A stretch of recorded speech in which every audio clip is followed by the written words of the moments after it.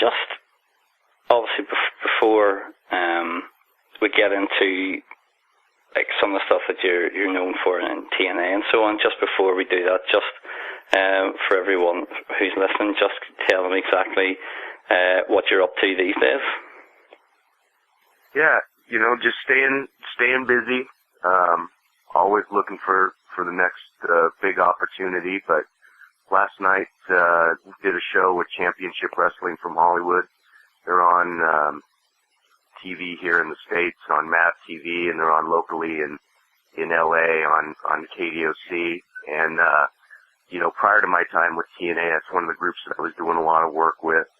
And at that time, before I went to TNA, Austin Aries was there, a lot of good talent, and still have a lot of great talent. Willie Mack, who may or may not be on the cusp of signing with WWE, looks like he's certainly on his way to head in there.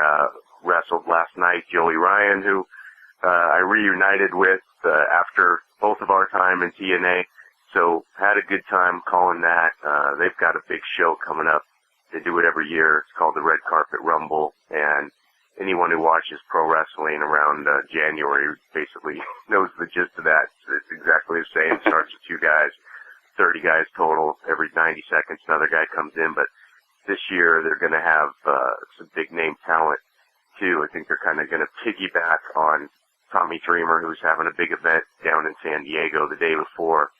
So Jake the Snake Roberts is going to be at the event. X-Pac. Colt Cabana is going to come back through the promotion. He had done a lot of events for them before. AJ Styles, which will be great to reunite with him. And Trent Beretta, Matt Hardy. So they're all going to be in the mix. Should be a lot of fun. And then other than that, also been working with Rikishi and Gangrel on their project. It's called Territory League. It is a team-based wrestling promotion where they have teams from various cities.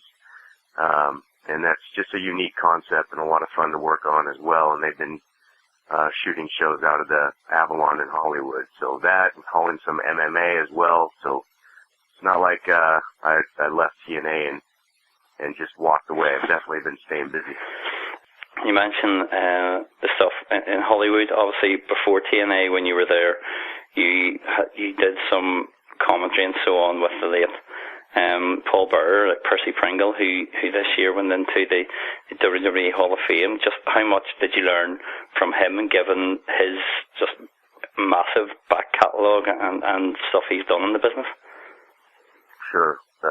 I mean, man, you talk about what a blessing. Just such an incredible opportunity to have Percy with us for the amount of time that we did, and he definitely, everybody that was around and benefited, whether it be the talent, the in-ring talent. I mean, Sean Ricker, who is now in WWE Developmental, was managed by him, and just learned tons, and I'm sure improved leaps and bounds because of his time with Percy. And Percy was very approachable, and he would always take the time to listen. He would definitely give the advice. And I did have the honor of getting to call a few matches with him. And I mean, my goodness, just what an honor that was. I mean, if you look back at his career at World Class, and then in managing some of the best, and of course, as Paul Bearer with the Undertaker, it was just great. But he could not ask for to meet a more humble person and a person that's as willing to give up a lot of his vast knowledge. I mean, he was just an absolute sweetheart, and would take the time to talk to you and give you the advice. And he's gone, way too soon. But man, everybody at Championship Wrestling from Hollywood definitely benefited from the time that he was around. Now, you yourself had a sports background, but how did it end up that you segged into pro wrestling and your involvement there? Lifelong fan. I mean, as long as I can remember, I've been watching professional wrestling. I think my earliest memory is watching, Saturday morning wrestling, and I think it was Andre the Giant in like a handicap match against 3 guys, and he piled them up like a stack of wood and sat on them and waved to the crowd. And I was, my brother's like flipping through the channels. I'm like, whoa, hold on, wait a minute. What is this?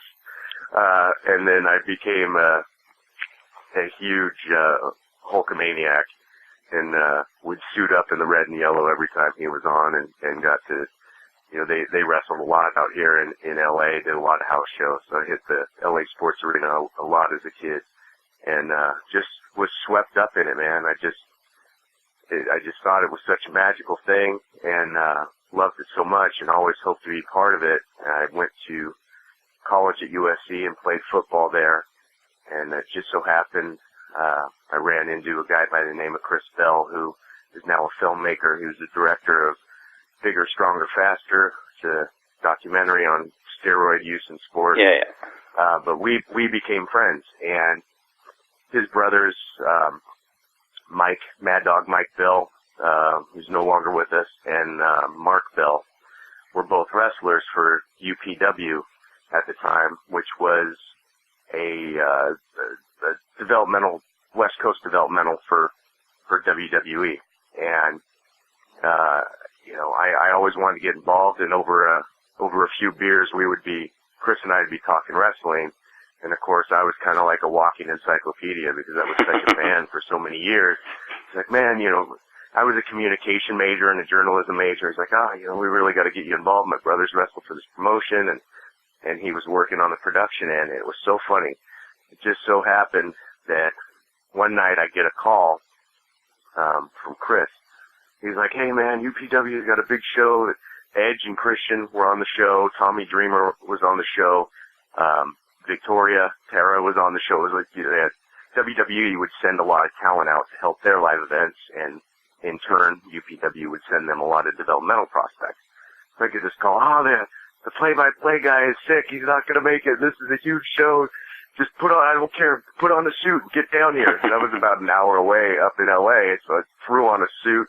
I think I had some horrendous flame tie. I figured that would be a good idea. I've got a picture to prove it. That might end up having to be a throwback Thursday pick coming up, and I'm sure I'll get ridiculed. But went down there and got baptized by fire and thrown in the mix, and got to call all these big matches. And I wince and cringe when I go back and hear the tape, because I was just god awful. But from then on, I got that spot, and it just snowballed from there, and got more and more opportunities. John Cena, that's where he cut his teeth. He was there at the time, and it ended up being great, and it all came full circle because so many great talents came through UPW. Back then, Kazarian and Daniels were there. Brian Kendrick was there. Samoa Joe, Mike Knox. So a lot of the guys that I ultimately got to work with again in TNA were there at the time, which made that transition to TNA so much easier, because when I walked on set in Orlando, it was like going to a family reunion. You talked just there about being a Hulkamaniac when you were growing up. Now, if I was looking back, and you were involved with the Celebrity Wrestling in 2008, is that right? Yeah. Yeah, I think, 2008 or 2006, I don't remember exactly, but... How was that as an experience for you, obviously, as that big of a fan? You know what? That was surreal, man. That was really cool. It was, and it was UPW again that got me the shot there, because Eric Bischoff came through the UPW school and was looking for guys to work as assistant trainers to help Brutus Beefcake and Brian Knobs train the celebrities. Joey Ryan ended up being one of those guys. Johnny Goodtime with the Rock Nest Monsters, real popular tag team out here, was one of the trainers. But I kind of had an on-site improv ring announcing audition for him at a training session, and got the gig ring announcing. So that was my first dealings with Eric Bischoff, which, that ended up opening a lot of doors down the line for me. But just to be on set there and work with Hulk, and it was that show was a circus, man, because with the celebrities you had Danny Bonaducci and Dustin Diamond, Screech, and Butterbean, and Dennis Rodman, and Todd. What an eclectic mix. And so you got the celebrities and all their wants and needs, and then you got a cast that old school. You got Hulk and Eric and Jimmy Hart and Brian Knobs and Brutus Beefcake running around, and then other Goldberg and RVD popped in. I mean, it was a wild scene. And I thought that show was really entertaining. It was a blast to work on. I mean, it's one of the best experiences I've ever had in the business. And, you know, the celebrities honestly really took it seriously and worked hard. And looking back, man, that Falls Count Anywhere match between Screech and Danny Bonaducci, I think could have been on TV in any wrestling promotion and would have been just as entertaining. They went out there and let it all out. It was a blast. I mean, do you think? But I will say this: getting to stand in the ring, and they even had the old school, like Mr. Anderson, you know, might come down and hold it. But getting to stand there and look across out to the judges' platform and get to, you know, as a ring announcer, introduce Hulk Hogan was a huge thrill for me. It was pretty awesome. Now, do you think that your association with that, as you say, helped to open the door to you going into TNA in 2012? Yeah, no doubt. I think that definitely helped. And that also, the time on Celebrity Championship Wrestling, I think, opened the door for me, along with my association with Rikishi and his crew, because I had done some international tours with them in Spain and such. They kind of worked together with Hulk and Eric and others on the Australian tour in 2009. So between working with Hulk and Eric and working with Rikishi and them, I got on that tour and wore a lot of hats on that in terms of working on the production side, in creative, as well as doing the announcing. So I think that was a huge opportunity to show my skills to Hulk and Eric. And this was right before we went on the tour, was when it was announced that they were on their way to TNA. So it was like a week-long working interview, because I was running around, I was doing so many things, and I think they saw, hey, look, this guy, you know, we like his work as an announcer, but, you know, he can work in creative. He's overseeing the production meetings. This guy can do a little bit of everything.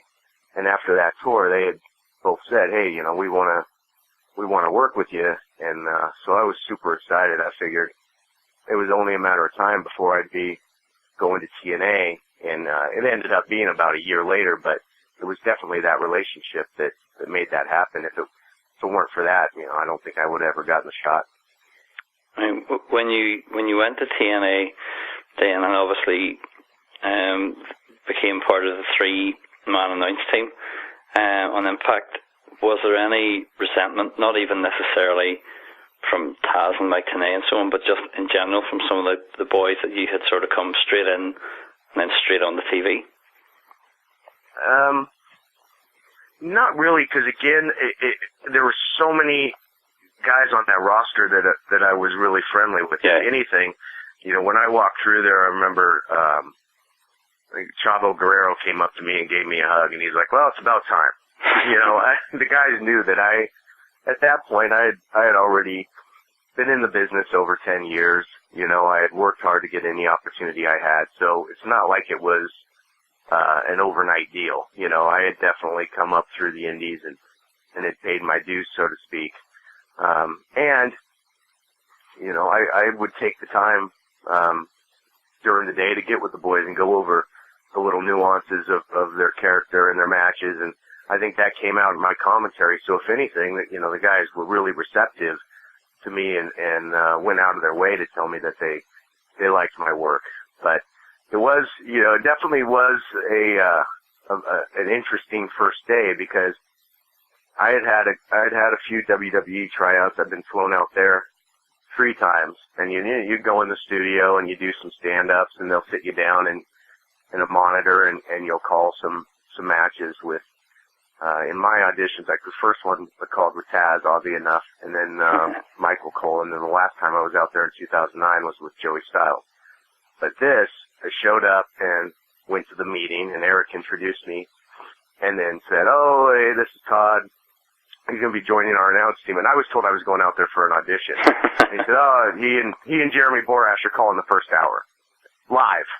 Well, that's one heck of an audition, man. You know, pressure pressure is on. And I really credit Jeremy Borash for getting me through that first day, because he showed me around and showed me the ins and outs of the place. And we sat down and pulled up some matches on his laptop, because, I mean, we had never worked together. So that's a heck of a thing to ask. Like, all right, you guys are going to go out there and call an hour of TV live. You never worked together. You don't really know each other. So we sat down and kind of just called a couple matches for ourselves just to get some timing down and get some chemistry going. And when we went out there, I don't think it could have gone any smoother. It was a great experience. And so there definitely wasn't any resentment from the boys. And working with JB was great. And those first 3 weeks, they did that deal where we called hour one and Taz and Tenay called hour two, kind of the old Nitro formula. Yeah. And 3 weeks later on the Turning Point pay-per-view, they threw me in the mix with Taz and Tenay and shook things up a little bit. And Mike and Taz were both great, but they definitely put me to the test. I don't know that they were overjoyed at first, in a huge understatement. But I think they wanted to see what I was made of, and in time, I thought the three-man team worked. I think Taz is an analyst and obviously is a character. Mike having, being the professor and being with the company since day one, knowing all the history, all the facts. And I thought I kind of evened it out and brought a little more energy and a little more traditional play-by-play to the mix. And, to me personally, and to a lot of people that have given me feedback, I thought it was a winning mix, and that obviously it was going to take us some time to gel too. But, it's unfortunate, because I think at Slammiversary, which was my last match by then, I think we were really starting to get in our groove, and I wish we could have kept going. I mean, TNA, obviously, at the time you were there, I know they've lost some of the talent now, but they had obviously a great pool of talent. But sometimes, from the outside looking in, the booking and some of the scenarios seem to be a little bit nonsensical at times. How did you, as a commentator, maneuver through all that? Well, I mean, and that's going to be the case with any pro wrestling company. You got great talent, and you're going to throw a lot of stuff at the wall and see what sticks. And it's not always going to work. But at my time there, I mean, things were pretty straightforward. We had a great roster, and again, it's interesting to see how things change in the direction that everything has gone. But in my time there, I was there towards the very end of the run at the Impact Zone, and then after lockdown, which was at the Alamo Dome in San Antonio, and we had 10,000 people there. That looked great, felt great. And then the next week we started going on the road in Chicago. To me, at that point, I'm thinking, man, I'm getting in at the perfect time. They're going on the road, these bigger venues. It's doing really well internationally. This company's off and running. I'm coming in at the perfect time. And, I mean, you just look at this time last year, Slammiversary was Sting and Bully Ray for the title, kind of leading towards the culmination of the whole Aces and Eights reign. Yeah. AJ Styles and Kurt Angle in kind of a grudge match, personal match. They had, Ultimate X match. I mean, a big card. And certainly the players have definitely changed now. And they've kind of scaled back, but they're also bringing in a lot of new talent. It's just, like they say, man, I guess you can't make an omelet without breaking some eggs, and if you're going to really make a radical shift in your presentation, changes are going to have to be made. It's different. But to me, in terms of having to call through any of the booking, I mean, I never really noticed that being a problem. And again, the roster was just so strong then that I really tried to just emphasize the talent. As you said, the decision to lose you as the third commentator, as a commentator, seemed, again from the outside, seemed to almost be made as quickly as it was when you came in. What led to you being taken off the team, as far as you're aware? As far as I'm aware, I've heard a couple things. Just one, that Maybe Spike just wanted to go back and streamline it. Also, budget issues that they were just looking to cut back, which certainly seems to fall in line with what happened after, because so many talents were released. But to be fair, it could also just be that they had a shift in the way they wanted to present the product, and that was part of it. I don't know. I mean, I definitely left on good terms, and it was a shock to so many people. I found out just an hour or two before Slammiversary, and I chose not to dwell on it or really go around and let anybody know or say my goodbyes before the event, because I just didn't want that to dominate my time in and get me in the wrong mindset. I mean, I went out there and Taz and TNA knew, and they were very nice. They said, "Hey, kid, do you want to go out there? Are you okay?" And I looked at it as an opportunity to go out and call, arguably their second biggest show of the year, and go out with a bang and have my stock rise, and if anything, call some memorable matches that I would have for my reel moving forward. So, we went out there, and I thought we called a great show. And then afterwards, as people found out, the boys especially, just everybody, the crew, people just seemed shocked. And I remember being told, this would be a lot easier if you had really given us a reason to do this. Everybody was happy with my work and my efforts, and that's what just it made it so hard. I mean, if I had gone out there and done something and messed up and given justification, then I guess I'd have reason to walk away. But it's hard if you're just getting up to speed and you're getting to a full sprint on a treadmill and it just stops. That's what it felt like. I mean, I just wanted to keep going. It was so hard going home from Boston and not going on the road to the next Impact. But it was on good terms, and in talking to everybody, the door was definitely left open if the right opportunity comes along to come back, and we'll see whether, like I told you earlier, I'm just looking for the right opportunity, whether it's a return there or elsewhere. But I've been staying busy, and I'm primed and ready when that opportunity comes along. Just on a sort of a final TNA note, as you say, it's been almost pretty much a year since you finished up there. How do you look back on your time at it and as an experience for you as a commentator and as someone who's been involved in the business in general? No regrets. Again, from day one of being thrown on live TV to my last day of calling a big pay-per-view under some really tough circumstances, I'm proud of everything I did there. I did my best to really promote the talent in the company, and I learned a lot. I mean, you don't realize a lot of the little things that you don't think about until you're sitting next to two guys that have done it for so many years. Just the little no-nos, like using pronouns, instead of saying he or she and not actually naming the talent. Hey, and they'd be quick to jump on it. Hey, kid, well, who are you talking about? What's the pronouns there? So, Taz and TNA taught me a lot, and I definitely benefited from working with two veterans, and working with JB was great too. We called Explosion together after our initial run of calling the first hour of Impact. Reuniting with so many of the guys that I first got to call their matches when I started in the business, like I said, Kazarian Daniels, Joe, that was an awesome thing to have it come full circle. And just making the most of the experience.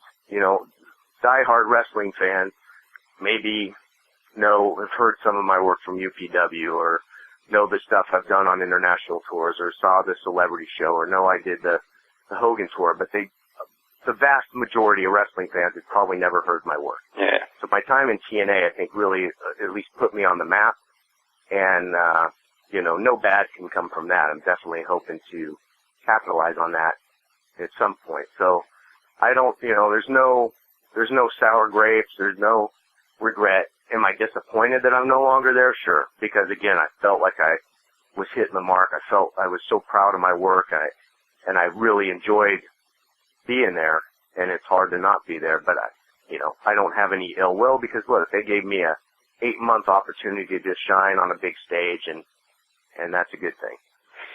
Now, as you say, you've been back doing some stuff with Hollywood and their show and so on.